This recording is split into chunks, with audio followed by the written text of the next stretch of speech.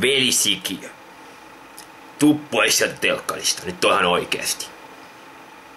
Mua on jätkien kanssa ruvettu bändissä kelaa, että jätkä yrittää voittaa siis kavan oikeesti.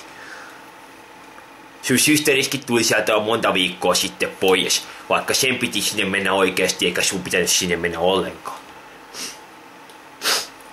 Sitten paitsi me ollaan kyllä ruvettu kelaa, että sulla on jotain likasta peliä siellä niinku nyt, koska niinku, ei kukaan sua oikeesti äänestä. No Menton äänestettiin, mutta ei sua kukaan oikeesti äänestä. Niin me ei tajuta miten sä oot siellä vieläkin. Tuu nyt pois sieltä. Muutenkin tosi noloa. Niinku tosi noloa tommonen, että jätkään siellä yrittää syrjäytyä julkisesti. Hän oot meidät kaikki siellä vielä. Se on tosi noloa, ihan oikeesti. Ja sitä paitsi, me ollaan jätkeen korjattu keskustelu tästä asiasta. Meitä rupee muutenkin vituttaan tuo jätkä rupee sooloileen siellä. Et niinku, oot sä niinku unohtanut sun bändikaverisi jo kokonaan. Et meidän tosi noloa tommonen. Vituttaa suorastaan. Ja sit olisi yksi semmoinen tosi tärkeäkin juttu kans tässä. Että me kuultiin, että se meidän kilpaileva bändi, se 68, se oli se 67 Lips. Et niillä olisi niinku, niillä olisi joku uusi prokkis tai joku uusi diili tai jotain.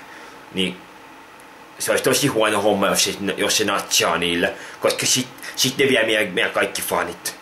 Ne vie meidän kaikki fanit ja kaikki diilit ja kaikki keikat ja kaikki menee pois. Niin meillä olisi tähän nyt semmoinen ratkaisu, että meille tuli yksi päivä semmoinen jätkä tai semmoinen tyyppi, se tuli sanoa meille, että se voisi järjestää meidät kiertueelle. Että se järjestäisi kaikki sitten ja kaikki olisi tosi siistiä. Kaikki olisi tosi fine. Mä ajattelin, että me voitaisiin kyllä sitten lähteä sinne kiertueelle. Ja sitten me kelattiin kanssa sitä, että me voitaisiin kuuma systeerit kanssa mukaan siihen kiertueelle. Se olisi joku taustatanssija tai joku tommonen meille kanssa myytä bändäri. Ja sitten olisi kans se, että että ihan oikeasti jos me aletaan sen kiertueelle lähteä, niin me taitetaan sut kyllä sit messin sieltä. Ei me voida niinku sillä, että sä oot siellä jätkä sooloille se telkkarissa ja sit me ollaan tuolla kiertueella sua. Ei se toimi sillä.